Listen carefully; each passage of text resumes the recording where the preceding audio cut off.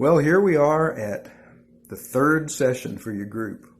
I hope the last two sessions have gone well for you. In fact, I wish I could be a fly on the wall in your group meetings to hear how this book is influencing your thinking. I'm sure to hear what you're having to say about it would help influence my growth in this area as well. Today, we come to the passages, and that's the place where a lot of people begin. It's not where I chose to begin in the book, and I've told you why. But eventually you get to the passages that this chapter deals with.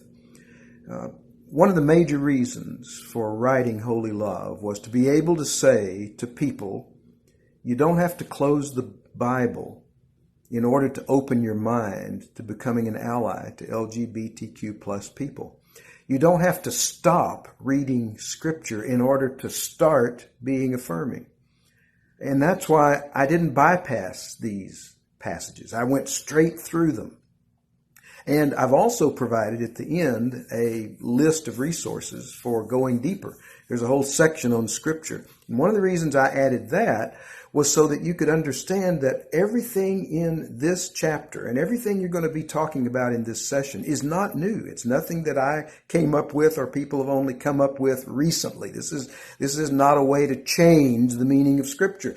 This is a way that credible scholars and devoted Christians for a long, long time have read these passages. Now, of course, it's true, not every Christian reads them the way that I have interpreted them in this chapter, but that's what we talked about last week. So what we want to do this week is zero in on those passages so that you can end up with confidence in knowing that if you are being led by the Spirit of God to be an ally to LGBTQ plus people, you can do it holding the Bible in your hand. You don't have to lay Scripture down in order to pick up being an ally. And so that's what you're going to be looking at today. You're going to be looking at those passages and talking about them.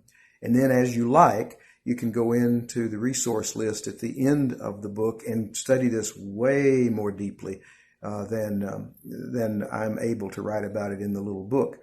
Also, I want to remind you that my Obadiah website, which you've got in your study guide, has a series on it called Holy Love that will enable you to go beyond what I've written in the book. That's why I wrote the Obadiah series, was to expand what I was able to put into the book. So I hope today, as you deal with the passages, that you'll do so with a growing confidence that there really is a progressive biblical theology of human sexuality.